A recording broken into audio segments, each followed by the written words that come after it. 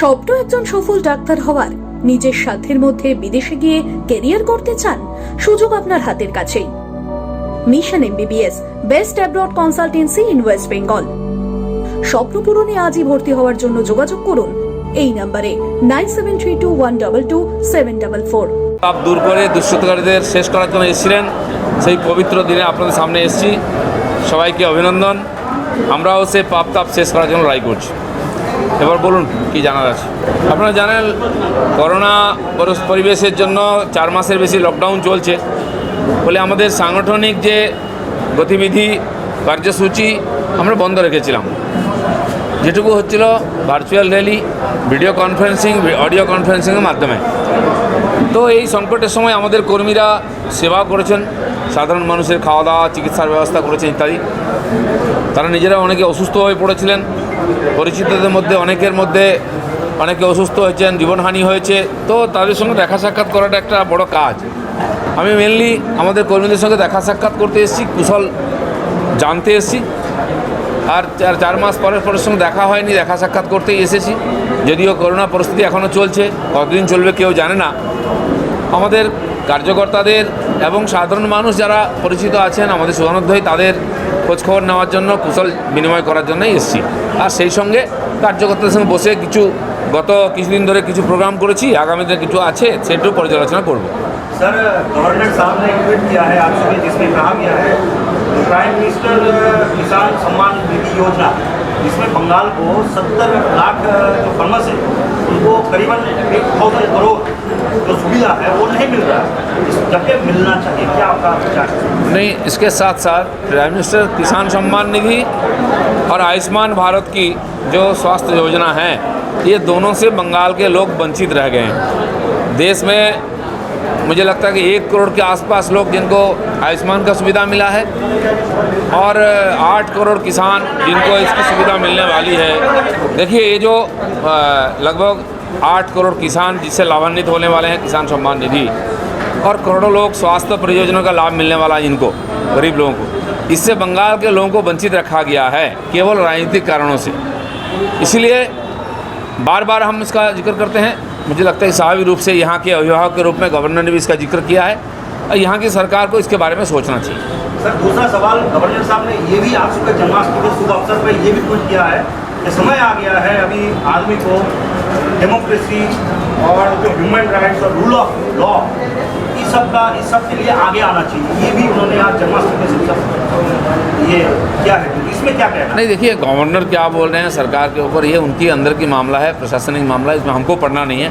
हम विपक्ष के रूप में जो चीज़ यहाँ होनी चाहिए, जिस यहाँ के लोगों को जिससे वंचित रखा गया है, इसका विरोध भी करेंगे, उसको लेकर हम आंदोलन भी कर रहे हैं। तीसरा सवाल पूछना चाहूँगा सर, 24 आवर्स में 41 लोगों की मौत हुई है, जबकि करीबन 3000 लोग के अंदर कोरोना संक्रमित पाया गया है बंगाल में। सर, क्या कहेंगे ममता बनर्जी का ये जो? नहीं, ये देखिए अभी नहीं है, 3 महीना से हम लोग बोल रहे थे। हर एक बात में सरकार की जो नाकामियां हैं और सरकार की जो इच्छाशक्ति की कमी है, हमने बार बार उजागर किया है। बाकी दूसरे प्रदेश जो माइग्रेंट लेबर, उनका समस्या को समाधान किया उन्होंने, हॉस्पिटल बढ़ाया, बेड बढ़ाया, प्राइवेट हॉस्पिटल रखा है, आयुष को इसको सहभागी किया है। तो आप दूसरे प्रदेश जहां बहुत ज़्यादा संक्रमण था वो लगभग कंट्रोल कर रहे हैं, उसमें दिल्ली सबसे आगे है। बंगाल में जहां पहले कम था वो धीरे धीरे बढ़ते बढ़ते आज वो हमारी कंट्रोल के बाहर जा रही है। 3000 लोग हर रोज़ नए इफेक्टेड हो रहे हैं और 50 से ऊपर संख्या रोज़ मौत की हो गई है। तो आज तक 3 महीना से लगातार प्रयास के बाद सरकार रोक नहीं पाई, इसलिए क्योंकि यहाँ लॉकडाउन ना कभी ठीक से लगा। आज जो लॉकडाउन में कड़ापन हो रहा है, क्यों? भाजपा को रोकने के लिए, भाजपा का प्रोग्राम रोकने के लिए किया जा रहा है। कोरोना को रोकने के लिए लॉकडाउन नहीं है, ये भाजपा को रोकने के लिए हो रहा है। ये पॉलिटिकल डिसीजन है, बार बार हम बोल रहे हैं। इसीलिए यहाँ की सरकार की कभी इच्छा नहीं थी, कोरोना को रोका गया। लॉकडाउन हुआ तो कहीं रिलैक्सेशन है, कहीं कड़ाई है। तो क्यों ऐसा है? अगर कोरोना से लड़ने के लिए एकमात्र रास्ता लॉकडाउन है तो सब जगह कड़ाई से लगना चाहिए। वो नहीं हो रहा है, उसका परिणाम बंगाल के लोगों को भुगतना पड़ रहा है। ইমিউনিটি গড়ে তুলুন আর ভাইরাসকে জয় করুন। আজই নিয়ে আসুন আর্সেনিকা ম্যালবাম, নিম, তুলসী, হলুদ, অশ্বগন্ধা ও গুলঞ্চ নেকটার সমৃদ্ধ এনপিস immune drop. N P Dutt and son since 1849। Phone number 9875304822। नहीं बस केंद्र सरकार देखिए 2 बार 3 बार यहाँ टीम भेजा है परिस्थिति को स्टडी करने के लिए, सुझाव देने के लिए। यहाँ सरकार ना तो सहयोग किया है बल्कि उनका अपमान किया है, उनके साथ विरोध किया है। बाकी प्रदेश में भी किया है, लोगों ने उसका फ़ायदा उठाया, उसका लाभ मिला उनको। तो यहाँ केवल राजनीति किया जाता है। प्राइम मिनिस्टर 5 बार 6 बार सारे चीफ मिनिस्टर के साथ मीटिंग किया है। हमारे चीफ मिनिस्टर जाती नहीं है, वीडियो कॉन्फ्रेंस में रहती भी नहीं है, और रहती है केवल पैसा की डिमांड करती है, बाकी कोई बात नहीं है। तो नेचुरली यहाँ की जो सिचुएशन है वो ख़राब हो रही है। जहाँ जहाँ लोगों ने प्रयोग किया, उसका लाभ मिला है, उसका अनुभव यहाँ उपयोग में लाना चाहिए। इनकी इच्छा नहीं है, तो इसीलिए बंगाल के लोग बीच में से पीछे जा रहे हैं और सरकार राजनीति कर रही है। चीफ मिनिस्टर खुद राजनीति कर रहे हैं, बयान बदलते रहते हैं, उनके वेबसाइट में बोलते हैं, प्रेस में बोलते हैं इतना बेड खाली है, और लोग देखिए हॉस्पिटल से हॉस्पिटल भटकते रहते हैं और रास्ते में मारे जाते हैं, बीमार होते हैं, जहर पी जाते हैं। ये जो हताशाजनक स्थिति है, इससे उभरना चाहिए। और अभी भी केंद्र सरकार के सहयोग से जो स्पेशलिस्ट उनको लेकर के यहाँ की सारी बात को पर्यालोचना करना चाहिए और नया ढंग से इसके खिलाफ लड़ाई लड़ना चाहिए।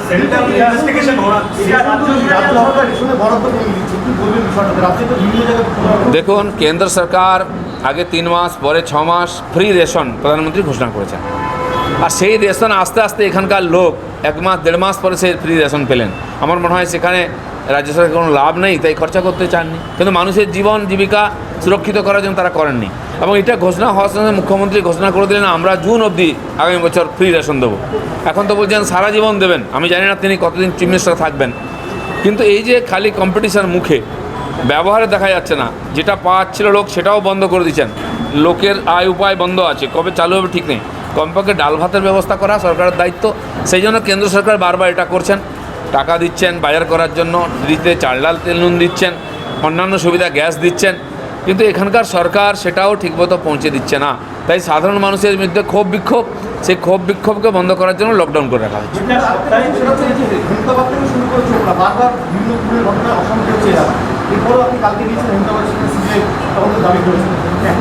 সারা পশ্চিমবঙ্গব্যাপী এরকম পরিস্থিতি আছে। উত্তর বাংলায় কুচবিহার, উত্তর দিনাজপুরের মতো কিছু জেলা খুবই উপদ্রুত রাজনৈতিক হিংসার দ্বারা। এখানে এমএলএকে পর্যন্ত হত্যা করা হয়েছে। আজকে সুপ্রিম কোর্টে আমরা গেছি, হাইকোর্টে গেছি তার ন্যায় বিচারের জন্য, কারণ এই রাজ্য সরকার ন্যায় করবে না। এবং আমরা জানি সরকার, পুলিশ সবাই বলছে আত্মহত্যা, তারপরেও অপরাধী সন্দেহে একজনকে অ্যারেস্ট করা হয়েছে। তো এর দুরকম নীতি কেন? যদি মনে হচ্ছে সন্দেহ আছে আপনি ব্যবস্থা করুন, আর যদি মনে করেন যে আত্মহত্যা তাহলে তো কিছু করার নেই। তো সেই জন্য মানুষের সন্দেহ এই সরকারের উপর সব কাজে আছে। তারপরেও 2 জন কর্মীকে মেরে এখন টাঙিয়ে দেওয়া হয়েছে। তো পুরো পশ্চিমবাংলার রাজনীতিক হিংসা চলছে। টিএমসি এবং এই সরকার বিরোধীদের আটকাবার জন্য এটাকে অস্ত্র হিসেবে ব্যবহার করছে। রাজনৈতিক হিংসা এবং হত্যা নিরন্তর বেড়ে চলেছে, কারো কোনো সাজা হয় না। পুলিশ চুপচাপ দর্শক মাত্র। যেই পুলিশ অপরাধীদের কোমরে দড়ি বেঁধে তাদেরকে জেলে ঢোকানো দরকার, তারা সেটা না করে তাদের সঙ্গে চা খাচ্ছে আর বিজেপির লোকেদের আটকাচ্ছে। এই মুহূর্তে দেশের প্রায়োরিটি কি, মন্দির আর হসপিটাল? দুটোই প্রায়োরিটি আছে। ভারতবর্ষ মন্দিরের দেশ, এখানে মন্দির হবে এতে আশ্চর্য হওয়ার কী আছে? রাম মন্দির ছিল, সেখানে মন্দির হবে আশ্চর্য হওয়ার কী আছে? যেখানে হসপিটাল আছে, পশ্চিমবঙ্গের মধ্যে হসপিটাল দরকার আছে, রোগী মারা যাচ্ছে বিনা হসপিটাল, সেখানে হসপিটাল হোক। অযোধ্যায় মন্দির হবে কি হসপিটাল হবে, এখানকার লোকের ভাবার দরকার নেই। এখানে হসপিটালের প্রয়োজন আছে, অবশ্যই হসপিটাল তৈরি হওয়া উচিত, কারণ এখানে যথেষ্ট হসপিটাল নাই, সেবা পাচ্ছেন না, লোক মারা যাচ্ছে, বিষ খেয়ে নিচ্ছে। আর তারা বলে দিচ্ছেন অযোধ্যায় হসপিটালের কথা। আরে আপনারা আপনাদের সামলান না, ওখানে সামলাবার যথেষ্ট যোগ্য লোক আছে।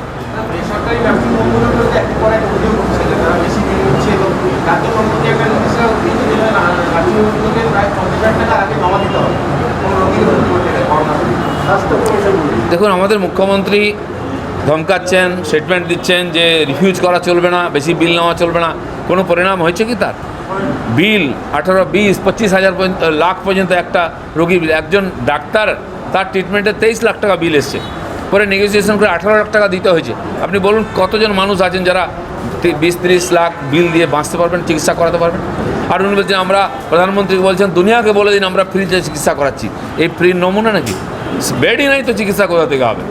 যেভাবে ধমকাচ্ছেন প্রাইভেট হসপিটালের লোকেরা, চলে যান এখানে হবে না, ভিডিও দেখুন, কোথাও কোনো কন্ট্রোল নাই। পুরোপুরি ভগবান ভরসায় আমরা বেঁচে আছি। যা টিকিট কনফার্ম হয়ে যাচ্ছে সে চলে যাচ্ছে, আর যারা হয়নি আমরা এখন অপেক্ষা করছি। আমি জানি না, যদি লকডাউনটা বিজ্ঞানসম্মত হতো তাহলে তো এই যে সংক্রমণের রেটটা কমে যেত। 100, 200, 500, 1000, 1500, 2000, 2500, 3000 বেড়েই চলেছে। করোনাতে এগিয়ে বাংলা নাকি দিদিমণির এগিয়ে বাংলা যে স্লোগান সেটা আমরা দেখতে পাচ্ছি করোনার সময়। কেন তাকে চেক করা যাচ্ছে না?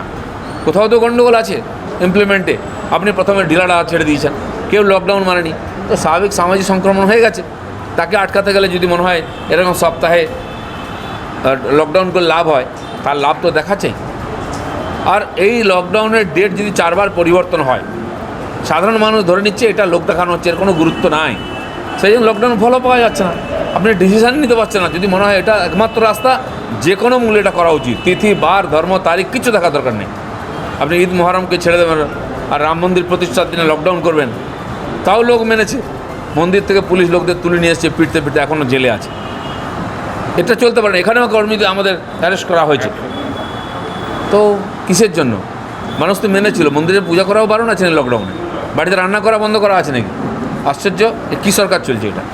तो सर जिस हिसाब से आप बोल रहे हैं उसमें क्या लगता है कि सेंटर का प्रॉपर इंटरवेंशन चाहिए स्टेट में कोरोना से लड़ने के लिए, या कुछ टीम भेजना चाहिए जैसे पहले भेजा गया?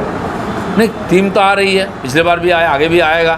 इंटरवेंशन तभी होगा जब यहाँ की सरकार चाहेगा। आप देखिए दिल्ली में कितना प्रभावी हो गया था संक्रमण, महामारी हो गया था सच में। माननीय राष्ट्रीय गृह मंत्री अमित शाह जी ने खुद वहाँ महीना भर बैठ कर सारा कंट्रोल किया। आज कंट्रोल में आ गया है, लेकिन उसके चलते वो खुद बीमार पड़े हैं। तो यहाँ भी तो दिखना चाहिए ना। यहाँ तो चावल दाल बांटने गए और मंत्री बीमार पड़ गया। अगर आप कोरोना के खिलाफ सही में लड़ते, लोग आपका साथ देते। लोगों की जान की बात है, दूसरा कोई रास्ता ही नहीं है। लेकिन सरकार कभी भी सीरियस नहीं दिखा यहाँ। इसका परिणाम हो रहा है कि निरंतर बढ़ रहा है यहाँ। ঠিক আছে, ধন্যবাদ। রাজ্যপাল যে রিপোর্ট কেন্দ্রকে দিচ্ছে, তাতে তো চাইলে কেন্দ্রীয় সরকার রাজ্যের রাষ্ট্রপতি শাসন জারি করতেই পারে রাজ্যপালের রিপোর্টের ভিত্তিতে, কিন্তু সেই পথে বিজেপি এগোচ্ছে না, বা আপনারা এই দাবিটা করছেন না? এটা আমার বিষয় নয় রাষ্ট্রপতি শাসন হবে কিনা। আমরা আমরা আমরা রাষ্ট্রপতি শাসনের নীতিগতভাবে পক্ষে নই, কারণ কোনোদিন আমরা কারোর উপরে চাপাইনি। হ্যাঁ, আমাদের কেউ কেউ আজকে বলতে এই জন্য আরম্ভ করেছেন যেখানে সাধারণ মানুষ, সাধারণ কর্মী, এমএলএ জীবন সুরক্ষিত নয়। তো মনে হয়েছে যে এই সরকার যদি চলে তাহলে আর কতজনের প্রাণ যাবে ঠিক নেই, কত মায়ের কোল খালি হবে, কত স্ত্রীর সিঁদুর মুছে যাবে, বিরোধীদের এখানে কথা বলার সুযোগ থাকবে না। আপনাদের মতো যারা মিডিয়ার লোক, প্রিন্ট মিডিয়া, ইলেকট্রনিক্স মিডিয়া, তাদের কথা বলার সুযোগ নেই। আপনার সিনিয়র অডিটরকে বা আপনার ব্যুরো চিফকে কোমরে দড়ি বেঁধে থানায় বসিয়ে একজন অপরাধীর মতো জারি করা হবে। কোথায় গণতন্ত্র?